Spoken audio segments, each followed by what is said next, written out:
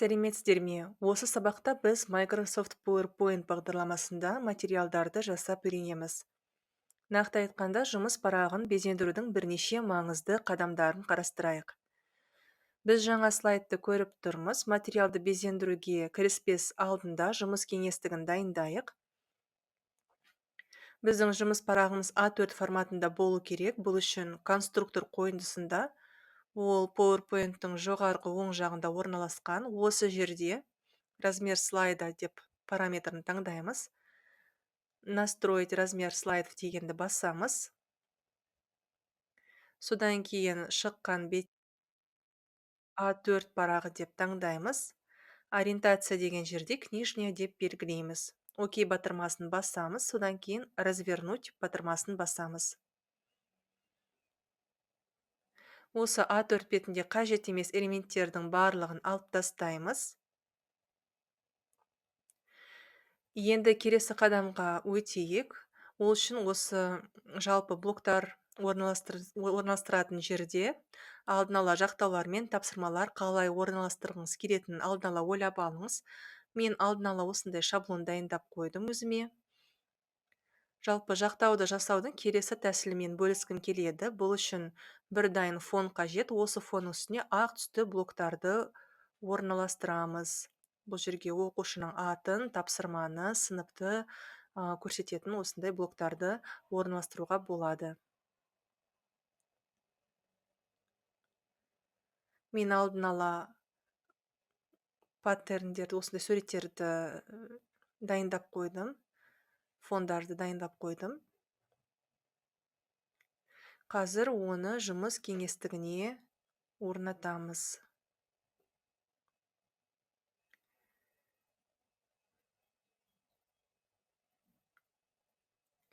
Бұл паттерн сток сервисінен жүктелген.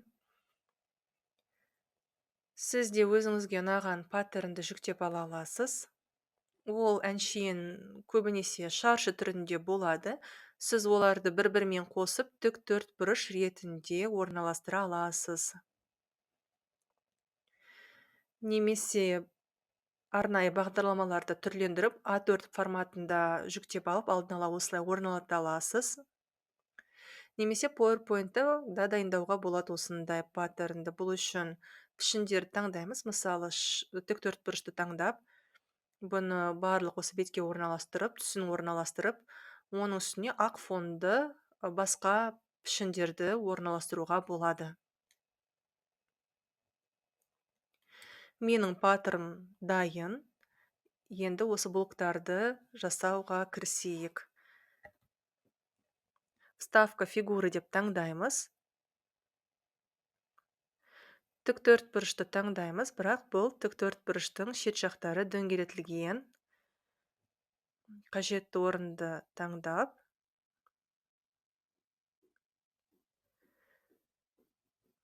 жоғарғы жағына қазір орналастырамыз.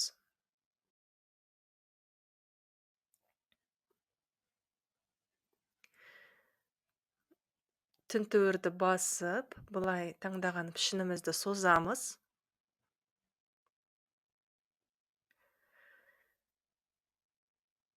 Енді оның түсін өзгертейік. Бізге ақ фон қажет. Контурларын алып тастаймыз. Міне бір блогымыз дайын. Оны осы парақта дұрыс орналастырайық. Енді оны көшіріп аламыз. Оны контролды басып, тінтуірді бұлай төменге қарай созамыз.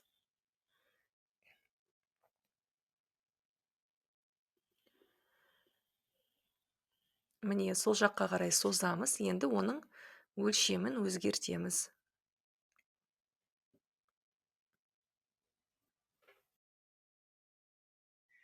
Енді осында екінші блогымызда дайын болды. Бірінші блокқа біз деген оқушының атын жазамыз, ал екінші блокқа оқушының сыныбын жазамыз.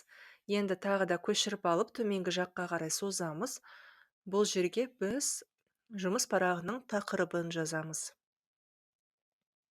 Енді осы тақырыптың астына тағы бір блокты көшіріп созамыз. Бұл жерге осындай тапсырманы жазатын орынды дайындаймыз. Міне дөңгелетілген шет жағындағы орындары осындай үлкен болып кеткенін байқап тұрмыз. Ол үшін мындай сары шеңберді басып, былай кішірейтеміз. Міне жоғарғы блоктағыдай болатындай етіп теңестіреміз.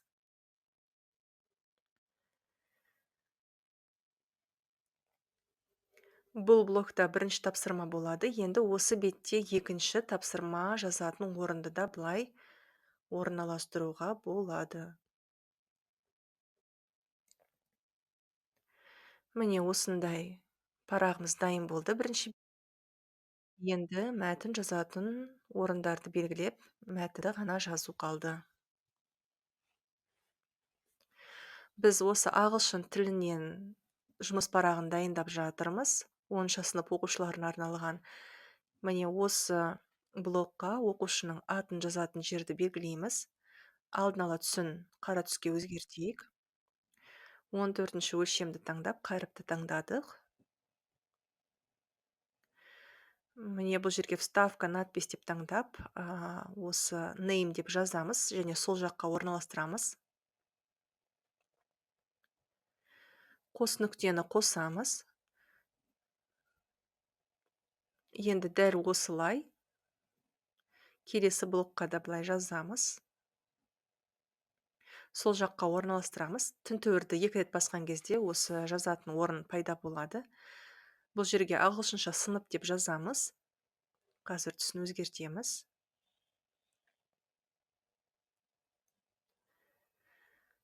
Енді қос нүктені қосамыз.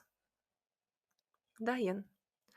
Ал төменгі жағында біздің тақырыбымыздың атауы орналастырамыз.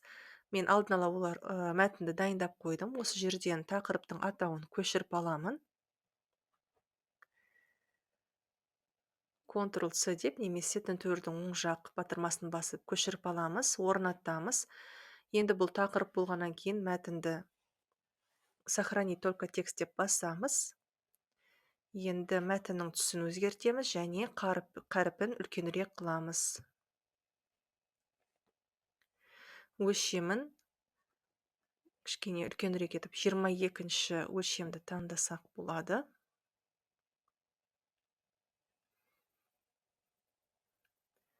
Міне және қалың қаріпті таңдаймыз.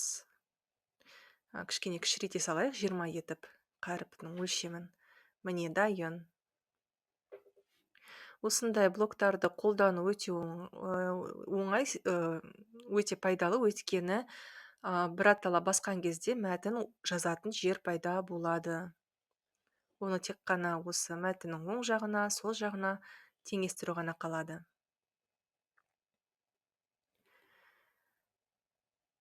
Енді осы тапсырманың мәтіні қалай және нөмір қалай орналасатынын алдын ала ойлап алу керек. Мен осындай тік төртбұрышты, жоқ, шаршыны таңдадым.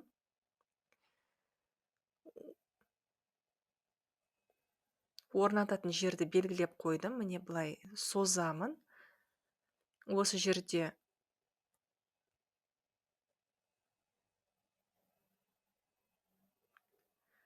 осы жазатын орналасатын жерге орналастырып созамын. Өстіп созып, Shift батырмасын басып, өлшемін өстіп орнатамыз. Енді түсін өзгертейік.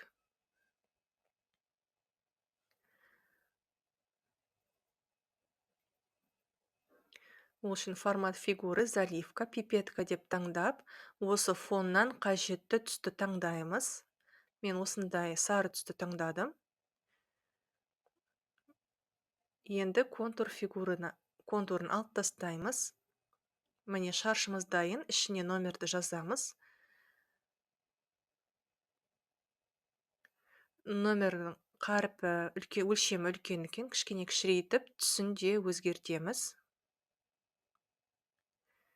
Міне номерін жазатын орын дайын. Енді мәтіннің шартын жазайық. Бұл үшін вставка, надпись деп мәтін жазатын жерді тек жоғарғы жағына өстіп созып белгілейміз. Кішкене былай жылжытамын. Себебі ішінде арнайы отступтар орналастырылған. Міне мәтінді енді көшіріп аламын. Бұл тапсырманың шарты. Енді PowerPoint-қа орналастырамын. Только текст деп таңдаймыз. Енді өлшемін өзгертеміз және қалың қаріп етіп таңдаймыз. Себебі бұл шарт болғаннан кейін анық нақты көрініп тұру керек.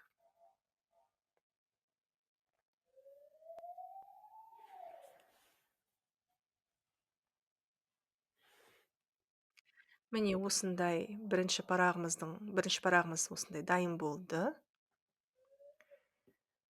Осы алдыңғы үш тапсырманы мен алдын ала дайындап қойғанмын. Қазір ол туралы толығырақ айтып беремін. Содан кейін осы төртінші тапсырмада осындай тапсырмаларды қалай толықтай дайындауға болатынын айтып беремін. Міне үш тапсырмамыз дайын.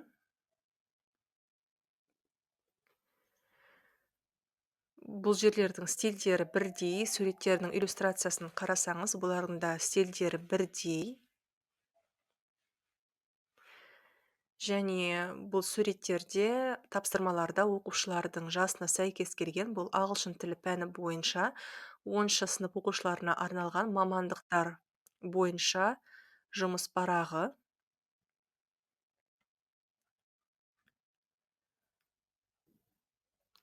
Тапсырмаларда осы жұмыс мамандықтары туралы айтылған. Осы иллюстрацияларда осы 10 сыныпта оқитын оқушыларға сәйкес келеді деп ойлаймын. Және осы фонмен сәйкес келеді. Бір стильде таңдалған иллюстрацияларымыз. Енді үшінші тапсырмаға мұқият қарайық. Бұл жерде кестені көріп тұрмыз. Енді осындай кестені жасап көрейік. Презентацияға өтеміз. Бұл жерге мен алдын ала осы тапсырманың шартын көшірдім, тапсырманың нөмірін орналастырдым. Бұл жерде бағыттаушылар пайда болды. Назар аударсаңыз, бұл өте пайдалы инструмент. Осы бағыттаушылардың көмегімен мәтіндерді, суреттерді, блоктарды осы жұмыс парағында түзу орналастыруға болады. Ол үшін тінтуірдің оң жағын басамыз. Сетка и направляющий деп таңдаймыз. Добавить вертикальную или горизонтальную направляющий деп таңдаймыз. Міне вертикальный деп таңдаймыз.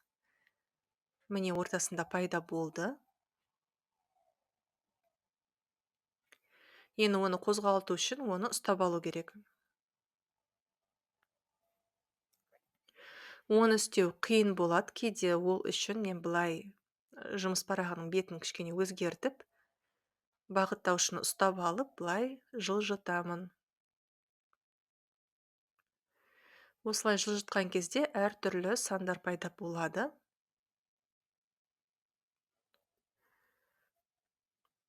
Осы сандардың көмегімен бағыттаушылардың арасындағы арақашықтықты орналастыруға болады. Мысалы, мына екі бағыттаушы 8,6 арақашықтық қолданып орналастырылған. Дәл солай оң жағында да орналастыруға болады. Қазір бұл бағыттаушы бізге қажет емес, сондықтан оны алып тастаймыз. Енді осы кестені жасауға кірісейік. Бұл үшін вставка, таблица деп дайын кестелердің ішінен осындай кестені таңдауға болады, бірақ бұның дизайнын өзгерту қиынырақ. Сол үшін осы пішіндерді таңдап, кестені қалай жасау керектігін көрсетемін. Міне Тіктөртбұрышты таңдадық. Шет жақтары дөңгелетілген тіктөртбұрышты орнатамыз бір бағыттаушыдан екінші бағыттаушыға дейін.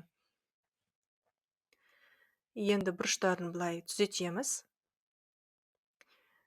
Енді түсін де өзгертеміз. Бізге ақ түсті кесте керек.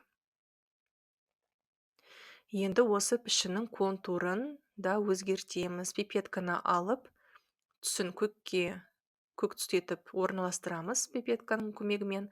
Енді өлшемін де кішкене қалыңырақ етеміз.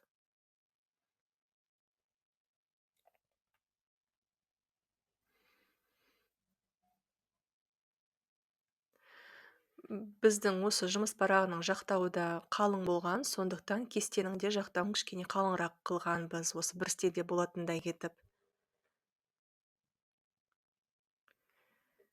Енді осы бізге қанша ұяшық қажет екенін санап қараймыз.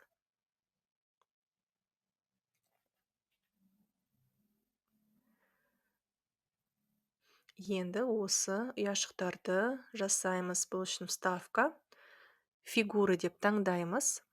Қажет кесіндіні таңдадық, линия деп таңдадық. Енді бастайтын жерді былай белгілеп созамыз соңына дейін.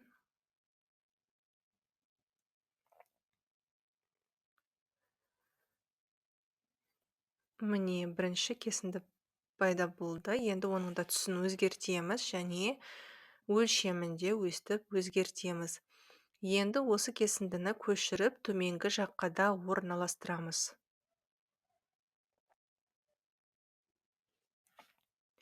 Қазір көбейтеміз осы кесіндіні. Міне былай созамыз. Орналастырдық бірнеше рет.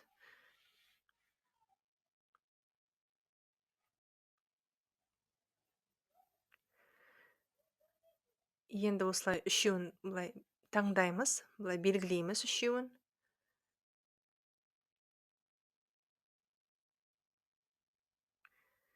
Упорядочить деп басамыз, выровнять. Распределить по вертикаль деп таңдаған кезде бұның бәрі осылай бір жолда дұрыс орналастырамыз өстіп.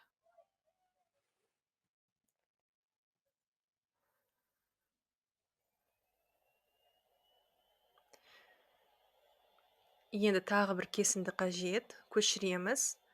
Көшіріп, шет жағын қазір ұстап, осы кесіндінің шет жағынан былай төменге қарай созамыз. Міне осылай.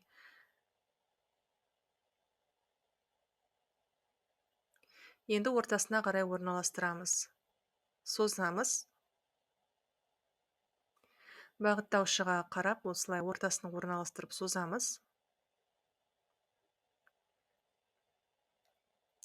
Біздің кесіндіміз дайын. Біздің мына кесінді ортасында емес, кішкене сол жағында орналасқан екен. Былай жылжытамыз.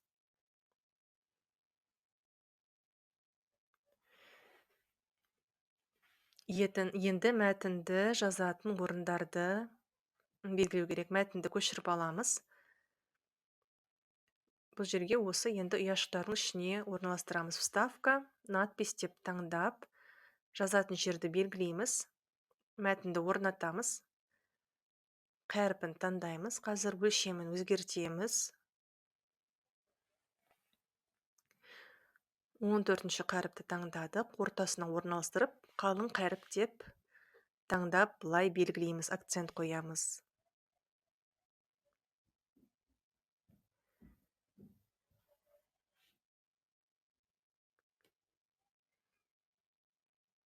Енді осыны көшіріп алып, сол жаққа, оң жаққа да орналастырамыз былай. Ішіне келесі мәтінді, келесі осы көшіріп алып, орналастырамыз атауын. Өлшемін бәрін өзгертеміз. Екінші бағанда дайын, енді мәтіндерді ғана орналастырамыз. Қайтып мәтінді жазатын жерді көшіріп аламыз, былай созамыз ұяшықтың ішіне. Қалың кәріпті алып тастаймыз. Осы жерге енді көшіріп алған мәтінді орнатамыз. Өлшемін өзгертеміз. только текст деп таңдаймыз. Кішкене жылжытып түзу етіп орналастырамыз, былай созамыз.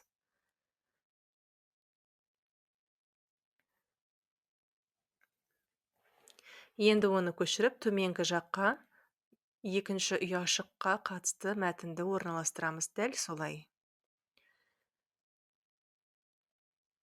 Енді тек қана соңғы мәтін қалды, соңғы бағандағы. Көшіріп, ол мәтінді де орналастырамыз.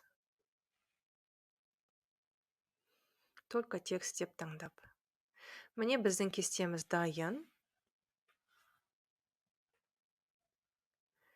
Жоғарғы жағындағы атауларын былай сары түспен белгілемей қояйын. Тек қана қаріпін қалың етіп, былай белгілеп қойдым. Осы кестедегі атауларды. Енді барлығын осылай белгілейміз тышқанмен тінтөрді былай созып. Енді тінтөрдің оң жақ батырмасын басып, сгруппировать деп, тағы да бір сгруппировать етіп басамыз. Міне біздің кестеміз осы PowerPoint-ың бір бөлігі болып қалды. Өстіп жылжытуға да болады. Егер бір қате болса, оны алып тастау үшін Ctrl-Z батырмасын басып, қате бір элементтерді алып тастауға да болады. Енді 5-ші тапсырмаға көшу үшін тінтөрдің оң жағын басып, дублировать слайд деп таңдаймыз. Осы блоктарды қайтып орналастырмас үшін көшіріп алдық. Енді қажет емес элементтерді алып тастап, номерлерін өзгертеміз. 5-ші тапсырма деп жазамыз. Қажет емес суреттерді, мәтіндерді алып тастаймыз.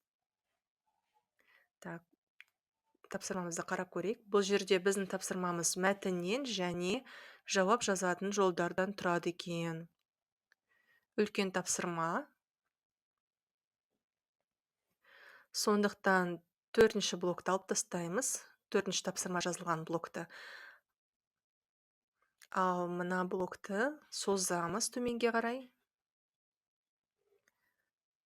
Тапсырмаларымыз, беттеріміз ауысып кетті, міне жөндедік. Бұлай блокты созамыз. Соңына дейін созамыз.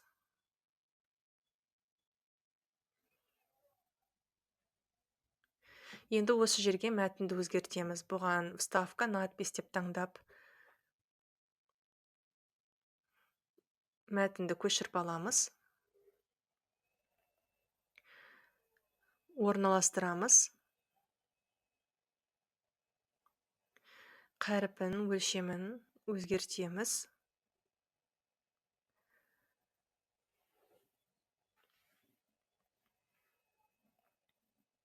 Енді әрине тапсырманың шартында өзгертеміз.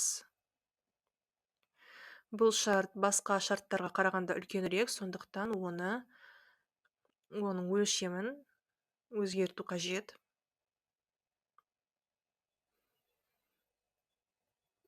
Міне өзгерттік. Кішкене былай жылжытайық. Барлығы осы бағыттаушылар бойынша орналастырайық.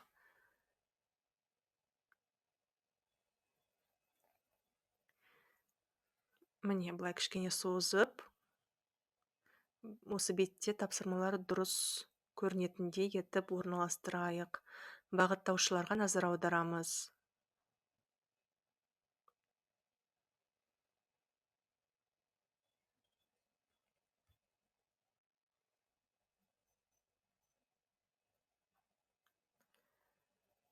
Міне бағыттаушыларға қарап орналастырдық мәтінді.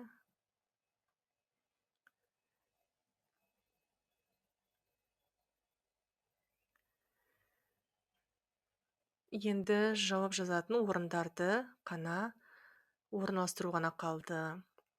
Вставка, фигуры, кесіндіні, линия деп таңдаймыз. Бұлай созамыз. Shift деп басып, бұлай созамыз. Бұның енді түсін өзгертеміз. Және қалыңдығында өлшемінде кішкене өзгертеміз. Ондай қалың етіп істемейміз. Өйткені бұл жер тек қана оқушы жауап жазатын орын өте қалың болмауы керек. Енді оны көбейтейік. Көшіріп Ctrl Shift деп былай созамыз төменге қарай.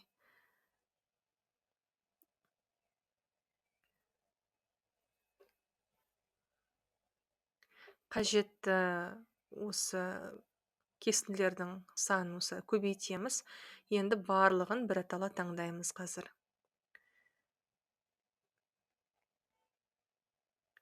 Былай таңдадық барлық кесінділерді. Упорядочить деп басамыз. Формат фигуры упорядочить. Распределить по вертикали деп таңдаймыз. Міне барлық кесінділеріміз өзі түзетілді.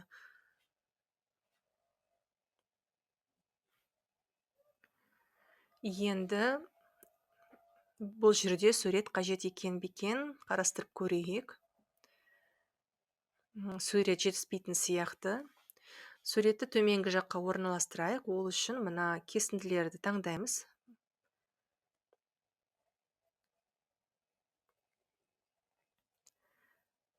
Кейбір кесінділердің өлшемін былай кішірейтеміз. Міне осылай кішірейтеміз.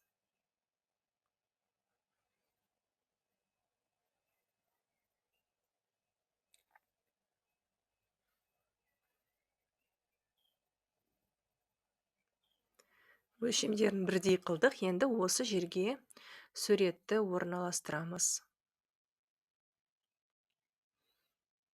Қандай суреттер бар екен қарайық.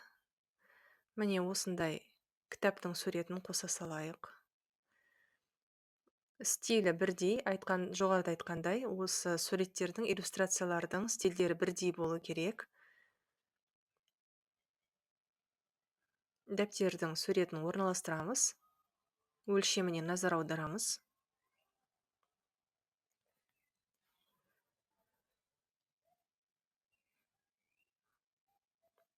Барлық қажетті элементтерді түзетеміз.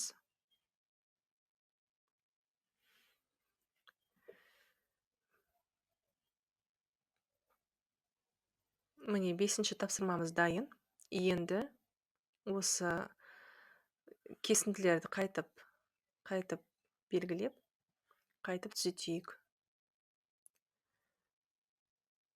Сгруппировать батырмасын басамыз, міне түзеттік.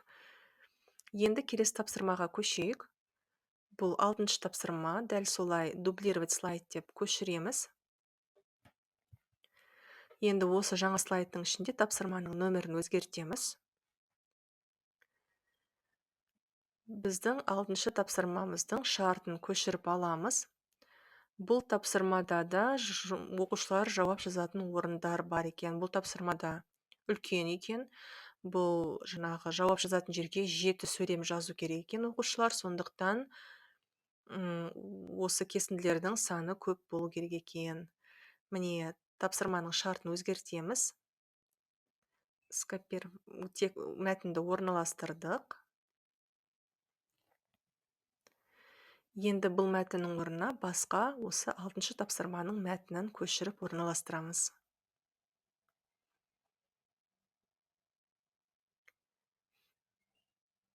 Сохранить только текст деп басамыз.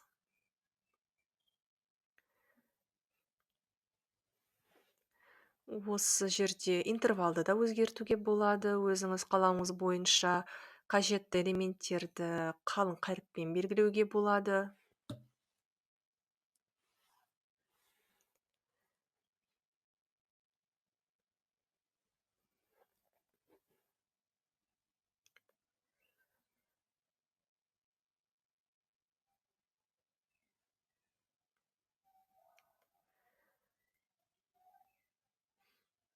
Міне былай бәрін дұрыстап орналастырдық. Енді жоғары жақта суретке арналған орын босады. Сондықтан біз төмендегі сызықшаларды былай қайтып орны қалпына келтіреміз. Қандай суретті мына жоғарғы жаққа орналастырамыз. Қандай суреттеріміз бар екен. Бұл жерде көп сурет қалған жоқ. Мына 2 адамның суреттері қалыпты. осындай суреттер. Олар енді ұзын екен суреттеріміз, сондықтан төменгі жақта кішкене осылай орынды босатамыз.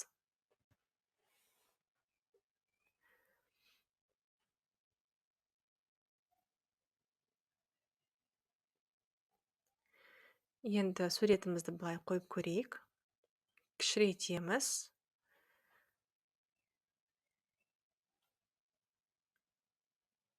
Үлкенірек екен, кішкене былай міне кішірейтіп орналастырамыз.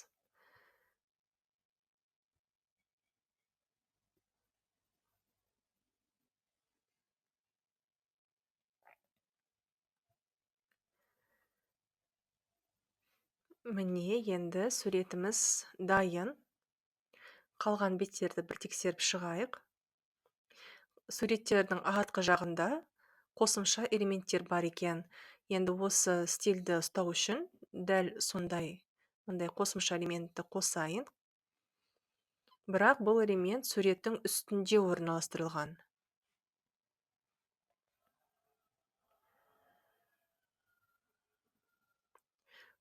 Енді оны түзету керек.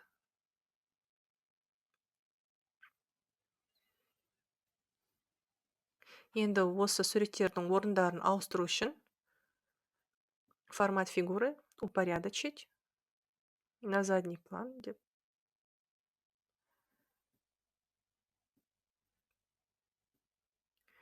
Ең соңғы функцияны таңдаймыз. Осы жерде барлық осы бетте орналастырылған барлық элементтер көрсетілген. Біз тек өзімізге қажетті элементтердің орындарын ауыстырамыз бұл жерде.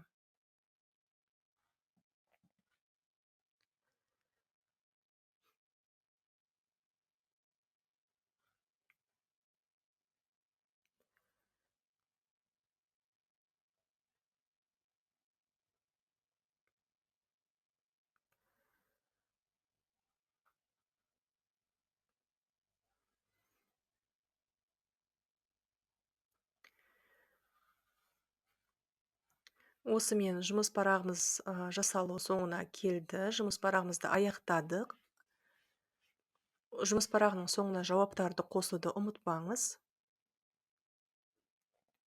Жұмыс парағы бөлек бетте орналасуы керек. Енді осы жұмыс парағын сақтаймыз бұл үшін. PDF форматында экспорт дегенді таңдап, создать PDF деп басамыз. Содан кейін сохранить как деп басамыз. Қажетті осы бетте орны сақтаймыз.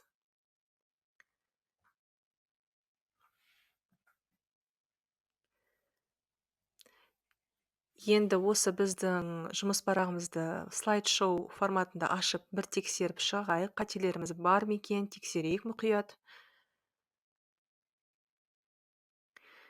Біздің сабағымыз соңына келді. Назарларыңызға рахмет.